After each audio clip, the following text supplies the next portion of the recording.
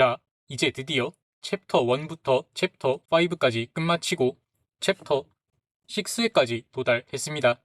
챕터 6까지의 단원 설명 아웃라인을 보면 대체로 무엇무엇으로 인한 어떠어떠한 스트레스 속의 꼴이었죠. 앞쪽이 외부적 상황, 뒤쪽이 형성되는 스트레스죠. 이 이후로 남은 7, 8, 그리고 뒤에 9, 11단원은 지금까지 공부한 여러 외부적 상황과 이로 인해 형성되는 여러 스트레스들을 기반으로 다양한 테크닉을 곁들여서 구체적이고 종합적으로 분석해보는 챕터들입니다. 고로 스트레스 형성에 대해 다루는 것은 이번 챕터 6가 마지막이 되겠네요. 예전에 챕터 1에서 쉬어링 스트레스의 기초적인 개념을 설명하면서 단순히 힘의 크기를 면적으로 나누어서 즉 P 오버 A만으로는 정확한 쉬어링 스트레스 계산을 하기에는 무리가 있다고 말씀을 드렸었습니다. 실제로는 디스트리뷰션이 유니폼하지 않다는 것이 이유였는데요. 이번 챕터에서 쉬어 포스가 가해졌을 때 발생하는 쉬어 스트레스의 보다 구체적인 계산에 대해 다루게 됩니다. 특히나 챕터 4와 5에 걸쳐 중점적으로 다루었던 밴딩과 연관성이 깊어요.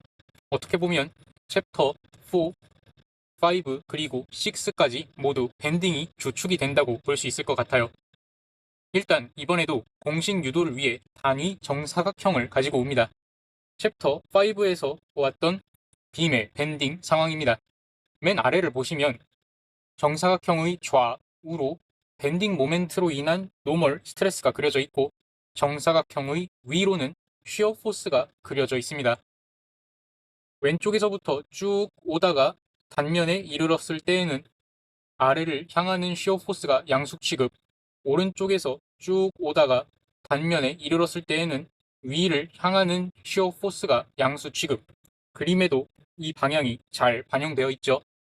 그 관련해서 하나 조금 수정하고 싶은 것은 이 노멀 스트레스 시그마가 정사각형을 압축하는 방향으로 그려져 있잖아요. 근데 아시다시피 노멀 스트레스에서 임장이 플러스고 압축은 마이너스 부호거든요. 부호를 양수 기준으로 제대로 통일해서 표기한다면 화살표 방향을 이렇게 반대로 해주었어야 하지 않나 생각합니다. 그리고 우리가 계산하고자 하는 힘은 정사각형의 아래에 표기되어 있는 델타 H입니다. 수평 방향에서 바라본 레이어에 평행하게 가해지는 스트레스이기 때문에 델타 H의 H는 호라이존털 쉬어의 H인 것으로 알고 있고 이 V는 버티컬 쉬어의 V인 것으로 알고 있습니다. 자, 이 호리존털 쉬어에 관련해서 첫 번째로 아리송한 부분은 저 델타 H로 나타내어진 힘이 도대체 어떠한 형태인 것인지 머릿속에 잘 그려지지 않는다는 점이죠. 그래서 가로 방향의 레이어들 사이에 서로 힘이 작용해야 할 일이 뭐가 있지 하는 의문을 직관적으로 해결해 줄 설명이 절실하죠. 정말 직관적인 그림이 이 그림인 것 같은데요. 저렇게 빔을 여러 레이어들로 나누어 주면 각 레이어들 사이에서 무슨 일이 일어나고 있는지 명확하게 확인해 볼 수 있겠죠. 우리가 더 쉽게 갖고 놀아볼 수 있는 것이 책인 것 같습니다. 책에는 수십에서 수백 개의 레이어들이 존재하잖아요. 만약 외부로부터 로드, P가 가해지면 레이어들이 서로 미끄러지면서 괴리되려 할 테고 만약 저 레이어들 사이에 접착제를 도포해서 그 괴리를 막아보려고 했을 때 사용한 접착제가 견뎌낼 수 있는 한계치를 초과하는 쉬어링 스트레스가 발생할 경우 레이어와 레이어 사이에 페일이 발생하겠죠. 그 아래의 경우는 폴스 대신 모멘트가 가해진 상황인데 맨 오른쪽에 뭐 허브, 링크, 뭐라고 부를지는 잘 모르겠지만 레이어들을 같이 붙잡아주는 파트가 레이어들이 서로 괴리되는 것을 막아주고 있죠. 그리고 이와 동시에 모든 커브 라인이 동심원의 형태를 그리는 퓨어 밴딩이 이루어지고 있는 상황입니다. 그래서 이번 챕터에서 저희가 다루고자 하는 것은 B와 C 중에서 B의 경우인 거죠. 퓨어 밴딩 같이 이상적이고 편리한 경우에서 한 걸음 더 나아가서 레이어들 간의 괴리, 즉 레이어들 사이에 형성되는 수평 방향의 쉬어링 스트레스까지도 계산하겠다. 이게 이번 챕터의 학습 목표가 된다고 봐주시면 되겠습니다. 그리고 두 번째로 아리송한 부분은 이겁니다. 이전 챕터 1에서 쉬어링 스트에 대해 설명하면서도 그리고 이번 영상의 도입부에서도 분명히 저렇게 로드가 가해지는 상황에서 반면에 형성되는 쉬어링 스트레스를 구하는 법을 알려준다고 했는데 내가 알고 싶은 쉬어링 스트레스의 방향은 이렇게 세로 방향이고 이 델타 H의 방향은 가로 방향인 것이 아니냐, 애초 방향이 서로 다른 것 아니냐, 이런 식으로 의문을 충분히 제기할 만해요. 근데 이것도 스태틱 이퀄리브리엄을 활용해서 생각해보면 굉장히 단순 명료한 게 이렇게 쉬어링 스트레스가 작용하고 있으면 스태틱 이퀄리브리엄을 만족하고 있는 정사각형은 모멘트가 0이기에 회전하지 않아야 하니까 동일한 크기로 이러한 쉬어링 스트레스 역시 같이 작용하고 있어야만 한다는 것이죠. 즉, 결론은 저 빔의 특정 위치에서 가로 방향의 쉬어링 스트레스를 구하나 세로 방향의 쉬어링 스트레스를 구하나 그 값은 서로 동일하다. 둘 중 어느 것을 구하든지 상관없다가 되겠습니다. 자, 하나만 짧게 얘기해보고 넘어갈게요. 예전에 잠깐 지나가듯이 얘기할 때 실제 쉬어링 스트레스의 크기 분포는 이러한 식이 된다고 말씀드렸었는데 이때 맨 위랑 맨 아래에서는 쉬어링 스트레스의 크기가 0이 될 수밖에 없다는 것이 또 명료해지죠.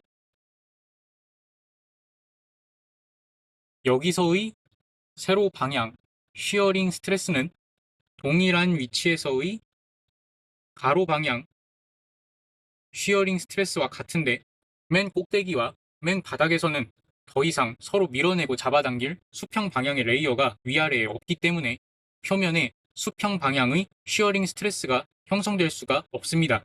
따라서 수직 방향의 쉬어링 스트레스도 맨 위와 맨 아래에서는 크기가 0이 되는 것이죠. 이제 공식 유도의 시간입니다. 크게 걱정할 건 없습니다. 이것도 지금까지 고체역학에서 공식 유도해왔던 것과 동일하게 스태틱 이퀄리브리엄으로 식을 작성해서 유도해 나가면 됩니다. 가로 방향 힘의 합이 0이어야 한다는 것에서 시작하면 되는 것으로 알고 있습니다. 얘기했던 대로 노멀 스트레스의 화살표 방향도 인장시키는 방향이 기본값이 되도록 화살표의 방향을 돌려서 표현해 줍시다. 노멀 스트레스 부호 컨벤션은 인장이 플러스고 압축이 마이너스니까 저 정사각형을 잡아당기는 방향으로 화살표를 그려놓았어야 하는 게 맞다고 생각해요. 자, 가로 방향 힘을 모두 합해서 식으로 나타내면 인테그랄 마이너스 시그마 c 곱하기 dA 플러스 시그마 d 곱하기 dA 그리고 아래에서 작용하고 있는 델타 H가 되겠습니다. 그리고 빔의 밴딩 상황에서는 모멘트 M의 크기가 핵심이니까 노멀 스트레스 시그마를 모멘트 M과 연관 지어서 표현해 볼게요. 이전에 공부한 공식에 따라 M 이퀄 시그마 M 오버 C 곱하기 I이고 곧 시그마 M은 M 곱하기 C 오버 I인데 이때 시그마를 Y에 대한 함수로 표현하면 M 곱하기 마이너스 Y 오버 I가 되죠. 이를 원래 식에 적용시켜 보면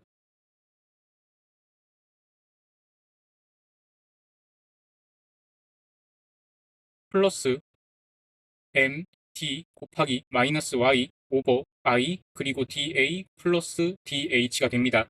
그리고 이때 Y를 제외한 나머지 요소들을 인테그랄 바깥으로 가지고 나오면 식의 형태는 MC 마이너스 MD 오버 I 인테그랄 Y DA 플러스 델타 H 이퀄 0이 됩니다. 자, 여기서 인테그랄 Y DA는 First Moment of Area고요.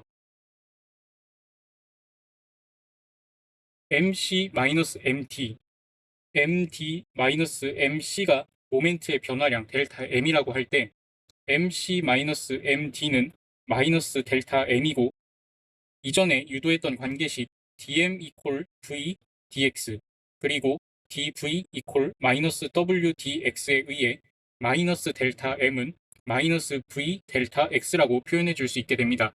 따라서 결과적으로 델타 H는 v 델타 x 오버 i 그리고 인테그랄 y da라고 표현되는 first moment의 곱이 됩니다. 그리고 이 first moment of area는 이번 고체역학 챕터에서는 대문자 q라고 표현합니다.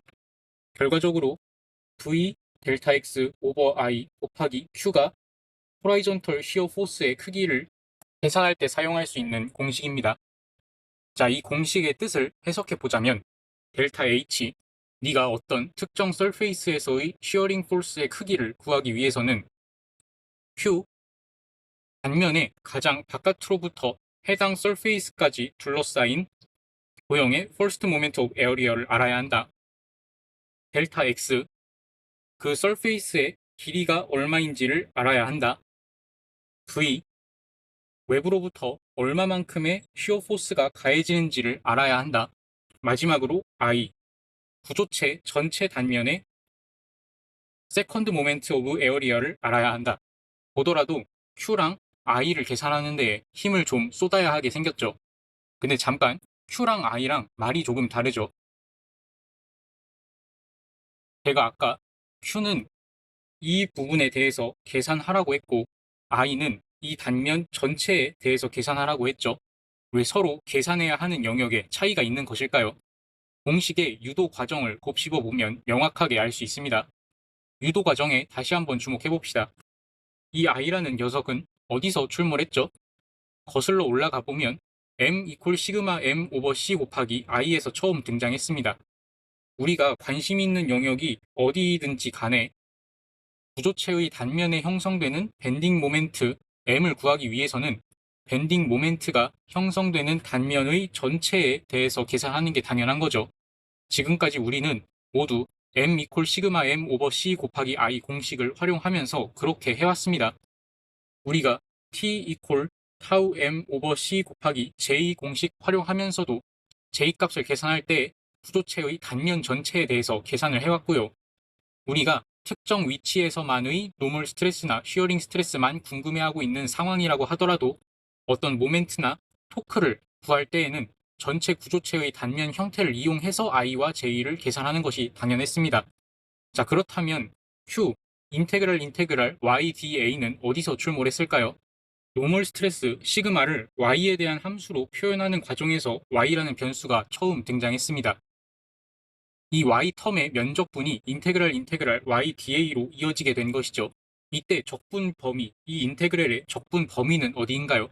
우리가 관심을 갖고 있는, 우리가 계산하고자 하는 노멀 스트레스를 포함하는 영역에 대해서만 적분 범위로 삼는 것이죠. 자, 그러면 다시 결론만 얘기해서 I는 구조체 전체에 대해서, 그리고 Q는 우리가 알아내고자 하는 영역에 대해서만 계산해 주어야 한다는 것입니다. 예를 들어 한 문제에서 이렇게 구조체 하나를 그려주고서 이 서페이스의 시어링 스트레스와 이 서페이스에서의 시어링 스트레스를 구하라고 요구를 하고 있다면 I 값은 한 번만 계산하면 되는 것이겠죠. 구조체는 변하지 않고 동일하니까요. 다만 Q는 두 번 계산해 주어야 하겠습니다. 우리가 계산하고자 하는 영역이 서로 다르기 때문이죠. 이해가 되신다면 이제 넘어가겠습니다. 자, 그리고 델타 H 공식을 다시 한번 써보겠습니다. 델타 H는 V 델타 X 오버 I 곱하기 Q입니다. 그리고 이 델타 H는 단위가 뉴턴인 힘에 해당하잖아요. 만약에 쉬어 포스 대신 쉬어링 스트레스를 구하고자 한다면 이 델타 H를 서페이스의 에어리어로 나누어 줘야 합니다. 그래야 단위를 뉴턴 퍼 미터 제곱, 즉 파스칼로 만들 수가 있죠. 그러면 우리가 알고자 하는 단면의 면적을 구해봅시다.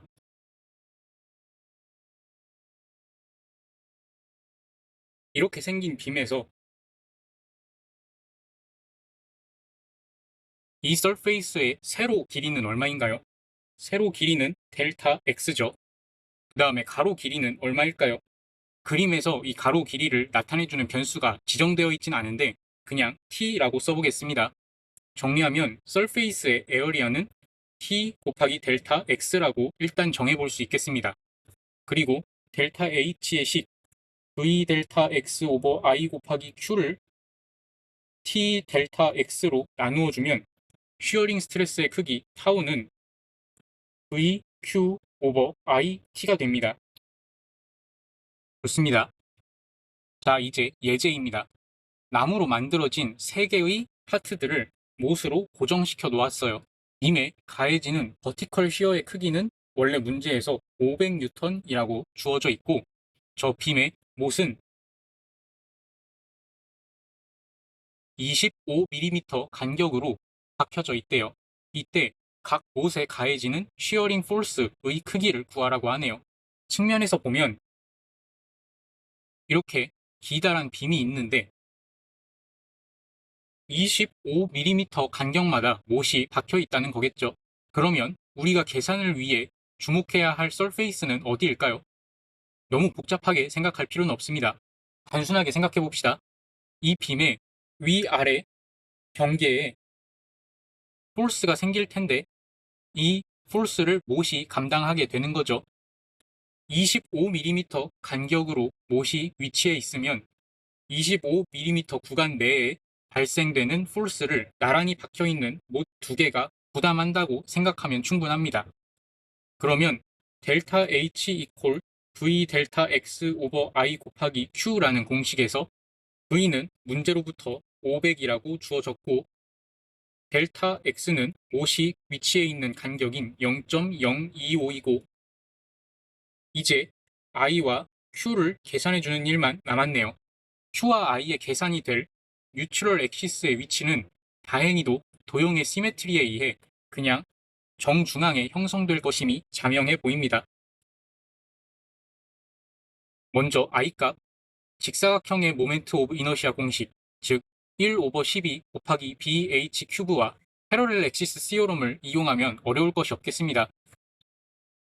가운데 기다란 블록의 I값은 1 오버 12 곱하기 0.02 곱하기 0.1의 큐브가 되겠고 위아래의 블록 두 개는 2 곱하기 1 오버 12 곱하기 0.1 곱하기 0.02의 큐브 더하기 0.1 곱하기 0.02 곱하기 0.06의 스퀘어가 되겠습니다. 모두 계산해주면 1.62 곱하기 10의 마이너스 5제곱이 나왔습니다. 다음으로 Q값을 계산해 봅시다. 못에 형성되는 시어링 스트레스는 이 색칠한 서페이스에서 가해지는 것이므로 외부로부터 이 서페이스까지의 도형에 대해서 Q값을 계산해주면 됩니다. Q는 0.1 곱하기 0.02 곱하기 0.06 계산해주면 1.2 곱하기 10의 마이너스 4제곱이 나옵니다. 근데 이 Q 계산 과정에서 이러한 질문을 할 수도 있겠죠. 만약에 Q를 계산할 때 방금과 같이 이 도형에 대해서 계산하지 않고 만약 반대로 이 나머지 부분에 대해서 Q값을 계산할 수도 있는 건 아닌가? 만약에 이러한 경우에 계산값이 달라질 수도 있지 않을까? 라는 의문을 던질 수도 있습니다. 근데 실제로 계산해보면 위의 도형으로 계산하든 아니면 이렇게 둘러싸인 아래의 큰 도형에 대해서 계산하든 차이가 없습니다. 가운데 기다란 블록의 센트로이드는 여기에 있고 아래에 있는 블록의 센트로이드는 여기에 있습니다.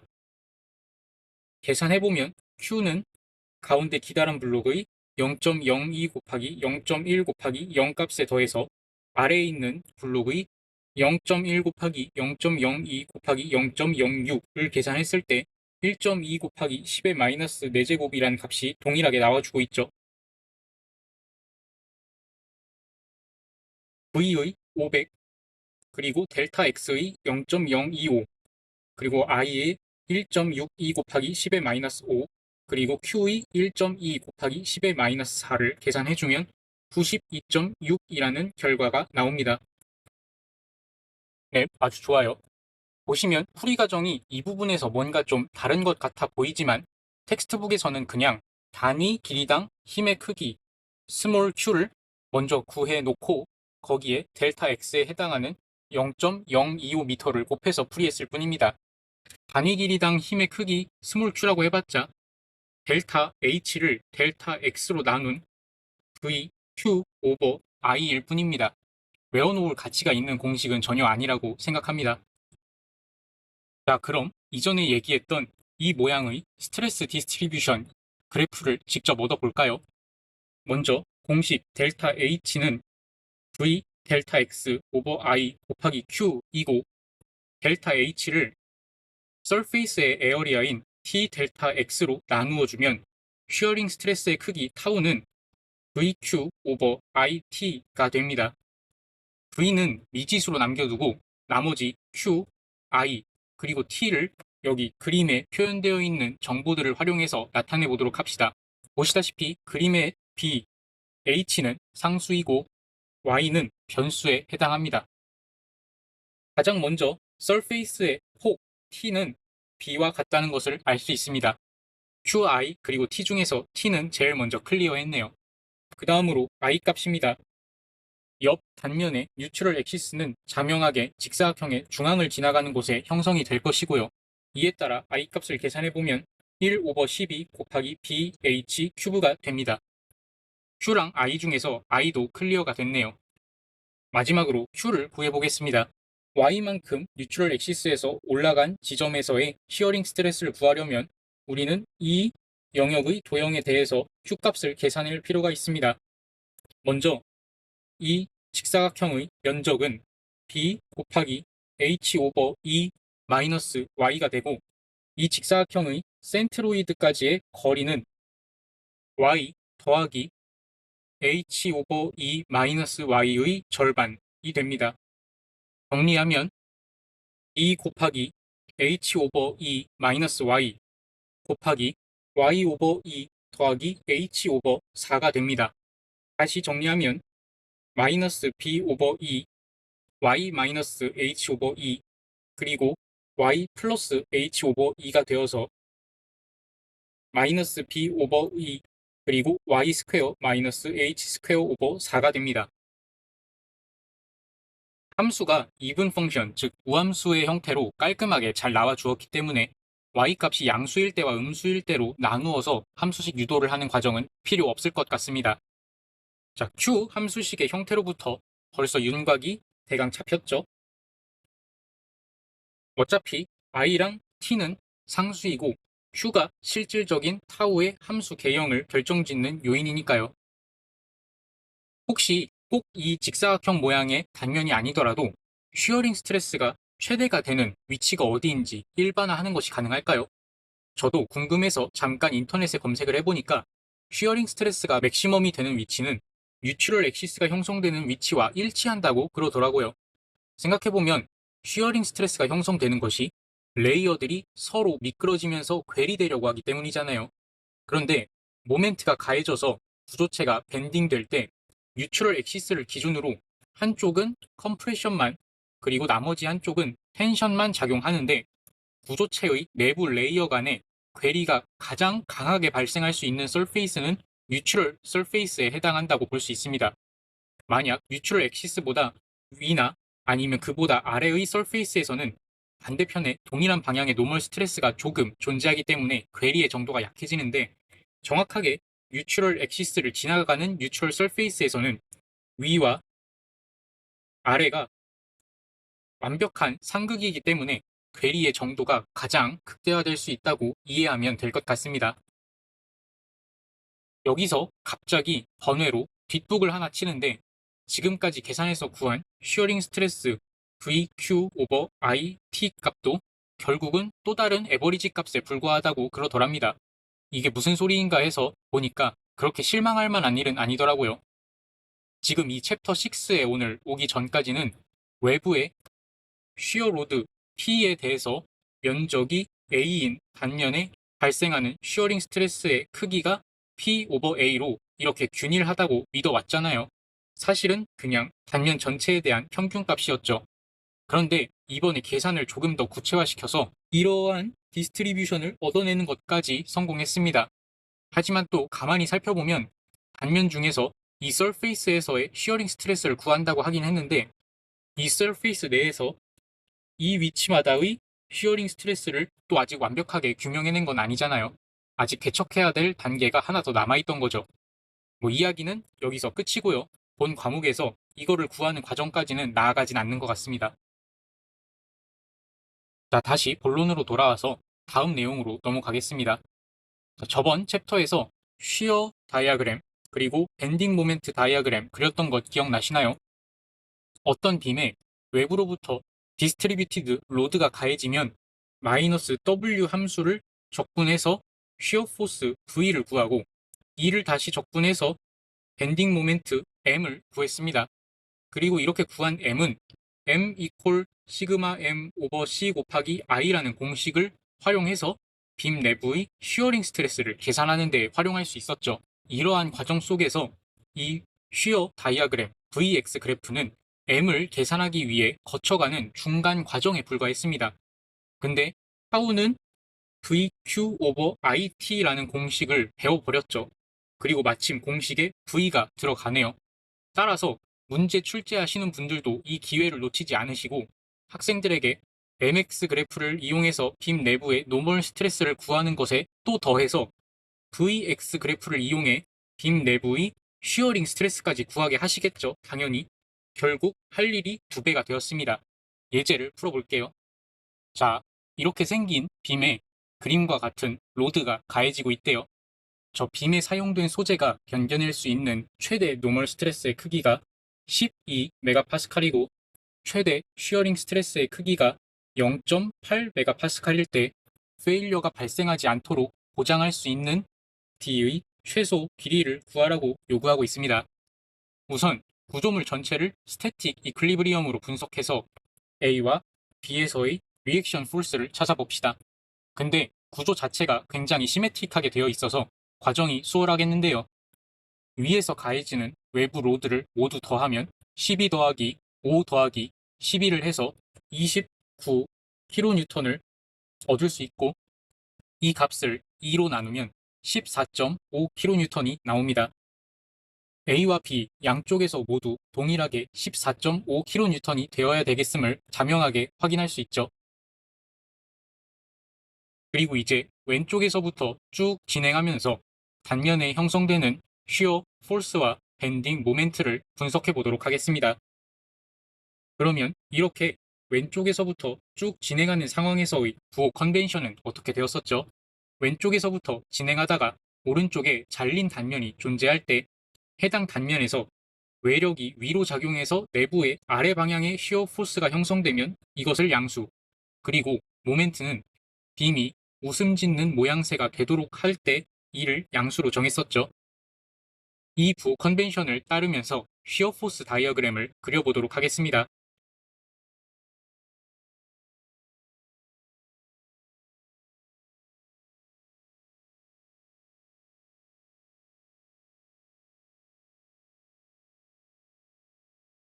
처음에는 위로 14.5kN만큼의 외력이 가해지고 있으므로 이렇게 그릴 수 있고요. 0.6m만큼 진행해서는 아래로 12kN만큼의 외력이 가해지고 있으므로 2.5kN의 값을 가지도록 그리면 됩니다. 그리고 0.9m만큼 진행해서는 5kN의 외력이 아래를 향하도록 가해지고 있으므로 이때에는 마이너스 2.5kN이 되고요. 0.9m만큼 진행해서는 또다시 12kN의 외력이 아래를 향하고 있으므로 마이너스 14.5kN으로 그려주시면 됩니다. 마지막으로 0.6m 더 진행해서는 위로 14.5kN의 외력이 작용하고 있으므로 다시 값은 0이 됩니다. 그리고 이 그래프를 적분하면 모멘트의 값을 구할 수 있게 됩니다.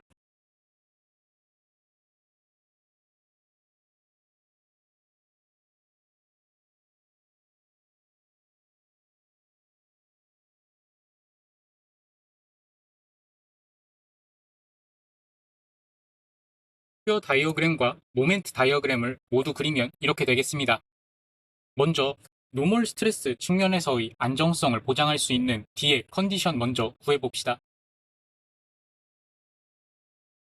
일단 M 이퀄 시그마 M 오버 C 곱하기 I 공식으로부터 시그마 M은 M 곱하기 C 오버 I이므로 여기에 적절하게 값들을 대입해 보도록 합시다. 오른쪽에 그린 그래프로부터 M 절대값의 최대값은 10.95kNm였습니다. T는 D 오버 2이고 I는 1 오버 12 곱하기 0.09 곱하기 D의 세제곱입니다. 대입하면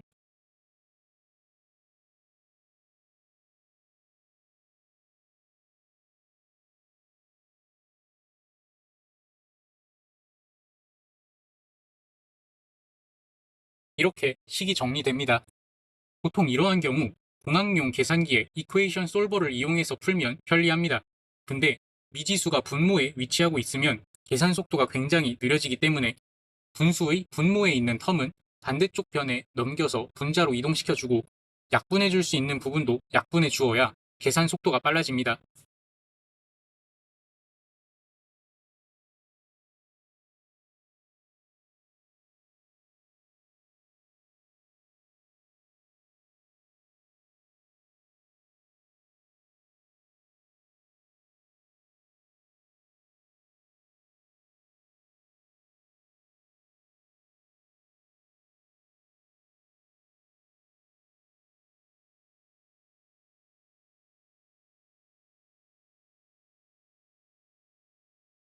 이렇게 입력해두고 솔브를 누르면 D는 0.247이라는 결과를 계산기로부터 얻을 수 있습니다. D는 0.247보다 크거나 같으면 된다는 의미로 해석하면 되는 것이죠. 자, 이제 쉬어링 스트레스의 측면에서도 안정성을 확보해 보아야겠습니다. 공식의 형태는 타우 이퀄 VQ 오버 IT였죠. V의 절대값의 최대값은 14.5kN이었습니다. T는 0.09이고 I는 이전의 식을 그대로 갖다 써주면 됩니다. 이제 Q를 계산하는 데 활용할 설페이스를 어디로 정할 것인가 생각해 보아야 하는데 아까 직사각형 형태의 단면에서 디스트리뷰션을 직접 계산해 보기도 했을 뿐더러 쉬어링 스트레스가 최대가 되는 지점이 뉴트럴 엑시스에서라고 결론까지 내려보았잖아요. 그러면 뭐 직사각형의 뉴트럴 엑시스인 정가운데를 기준 설페이스로 삼고 계산하면 되겠죠. 따라서 Q는 0.09 곱하기 D 오버 2 곱하기 D 오버 4입니다. 대입하면 타우는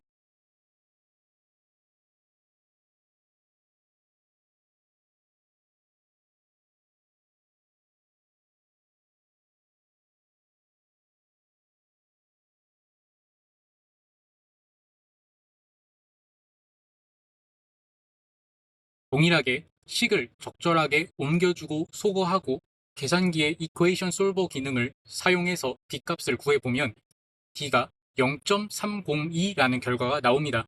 이를 0.302보다 크거나 같다라는 의미로 해석하면 되는 것이죠. 두 조건의 교집합은 D가 0.302보다 크거나 같아야 한다는 것이므로 페일러가 발생하지 않도록 보장할 수 있는 D의 최소 길이는 302mm입니다. 저희가 한 구조체 내에서 쉬어링 스트레스를 구하는 과정에 굉장히 자주 계산을 요하던 부분이 First Moment of Area, Q였죠. 맨 가장자리에서는 Q가 0이었다가 단면의 뉴트럴 엑시스를 지날 때 최대가 되고 다시 뉴트럴 엑시스로부터 멀어져서 가장자리에 도달하면 또 0이 되는 양상을 보여주었습니다.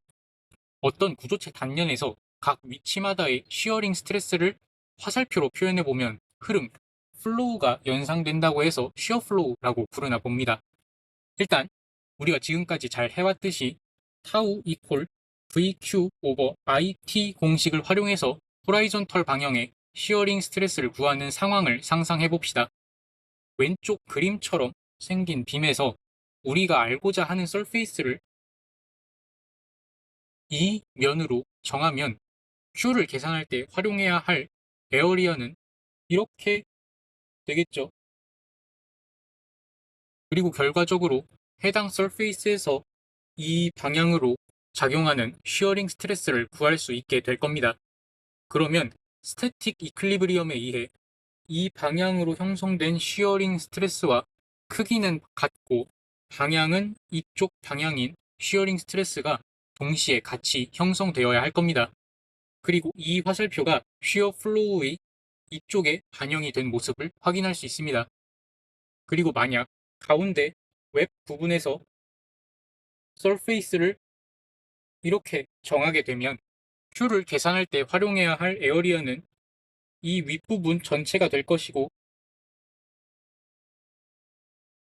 설페이스에서 이 방향으로 쉬어링 스트레스가 형성될 것이며 그러면 스태틱 이퀄리브리엄에 의해 이쪽 방향으로도 쉬어링 스트레스가 형성이 되겠죠. 그리고 이 화살표 역시 이렇게 반영이 되어 있는 모습을 확인할 수 있습니다. 그냥 이런 식으로 쉬어링 스트레스의 크기를 화살표로 나타내는 것을 shear flow라고 하는 것 같습니다. shear flow를 그리는 것이 구조체의 단면에 발생하는 shearing 스트레스의 크기를 한눈에 볼 수 있게 해주죠. 근데 shear flow를 그리지 않는다고 해서 shearing 스트레스를 계산하지 못하는 일은 안 일어납니다. 그냥 보기 편하게 해줄 뿐이지 shear flow가 계산의 핵심적인 역할을 해준다거나 하진 않죠. 그런데 shear flow를 그리는 것이 실제로 문제풀이하면서 어느 정도 직관적인 이해에 큰 도움이 되는 상황이 언시메트릭 로딩 상황입니다. 언시메트릭 로딩에서는 아래 그림에 나타나 있는 것처럼 구조체의 밴딩뿐만 아니라 트위스팅, 즉 비틀림까지 일으킵니다. 정말 다행히 트위스팅에 대한 내용을 가르치거나 이에 관한 계산을 시키진 않습니다. 이러한 언시메트릭 로딩 상황에서 문제가 출제된다면 대부분 저 로드 P를 어디에 위치를 시켜야 트위스팅 없이 깔끔하게 구부릴 수 있을지 구하도록 요구합니다. 그림을 보시면 로드 P로 인한 쉬어 플로우가 그려져 있죠. 왼편의 그림은 쉬어링 스트레스를 그려놓은 것이고 오른편은 A, B, B, D 그리고 D, E 부분마다의 쉬어링 스트레스를 모두 합쳐서 종합된 폴스로 나타내 놓은 그림이에요. 근데 저는 화살표의 방향을 반대로 그리고자 합니다.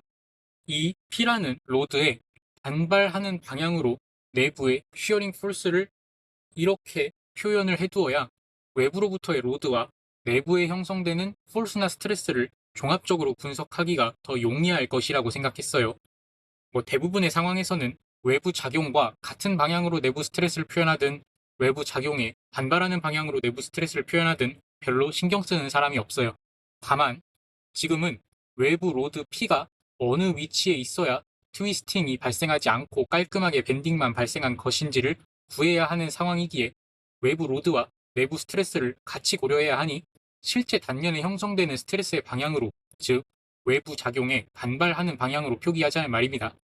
왜냐하면 로드 P가 이렇게 가해지고 있는데 구조체 내부에 형성된 폴스가 이 방향이라고 그려져 있으면 스태틱 이퀄리브리엄 만족이 안 되잖아요.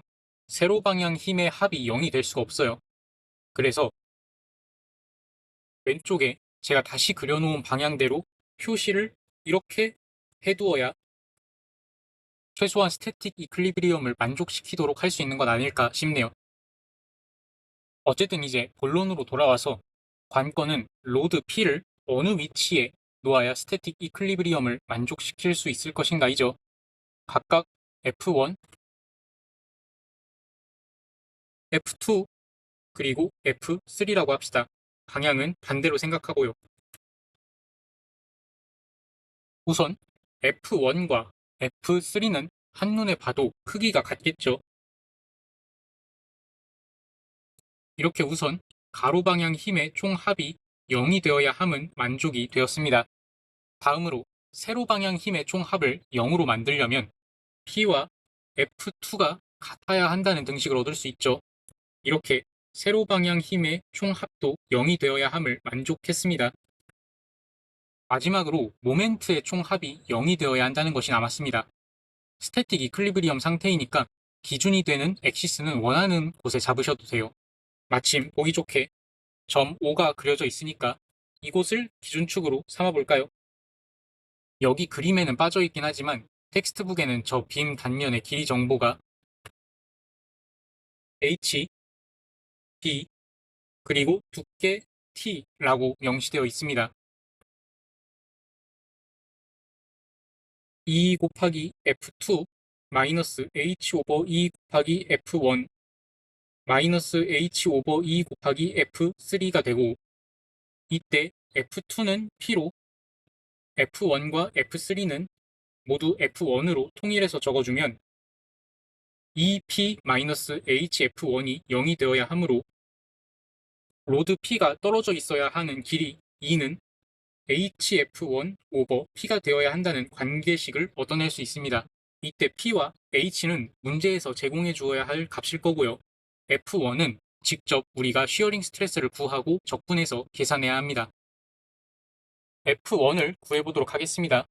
공식 델타 H 이퀄 V 델타 X 오버 I 곱하기 Q로부터 단위 길이당 쉬어 포스, 즉 델타 H 오버 델타 X는 VQ 오버 I가 됩니다. 이렇게 단위 길이당 힘을 함수로 표현한 뒤에 해당 함수를 구간 A, B에서 길이에 대해 적분하면 F1 값을 구할 수 있겠죠. 우선 공식에서 V가 P임은 바로 파악할 수 있으니 다음으로 I를 구해보도록 합시다. I는 1 오버 12 TH 큐브 더하기 2 곱하기 1 오버 12 곱하기 B T 큐브. 그냥 여기서만 끝내면 절대 안 되죠.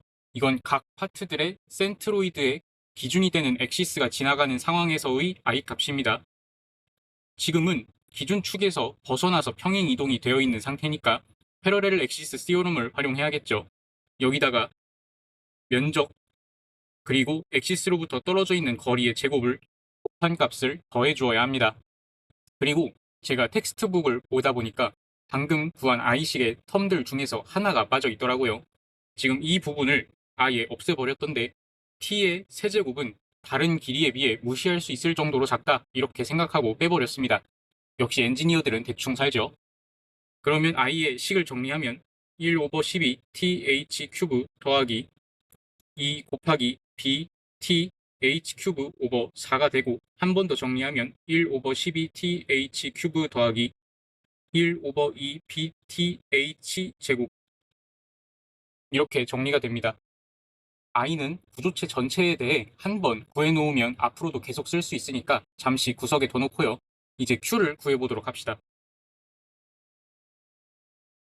맨 끝 A에서부터 가로 방향으로 S만큼 진행하는 상황에서 AB 파트에서의 Q값을 S에 대한 함수식으로 나타내면 Q 이퀄 T 곱하기 S 곱하기 H 하프가 됩니다.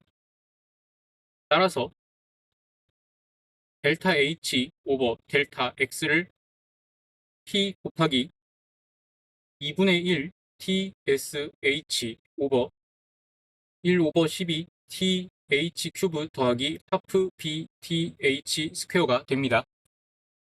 그렇다면 인테그랄 0에서 b까지 P 곱하기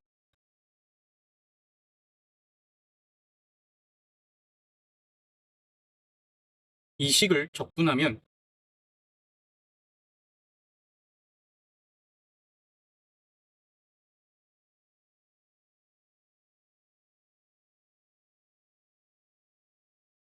이러한 결과가 나오게 되고 결국 이 값이 F1 값이 된다는 뜻입니다.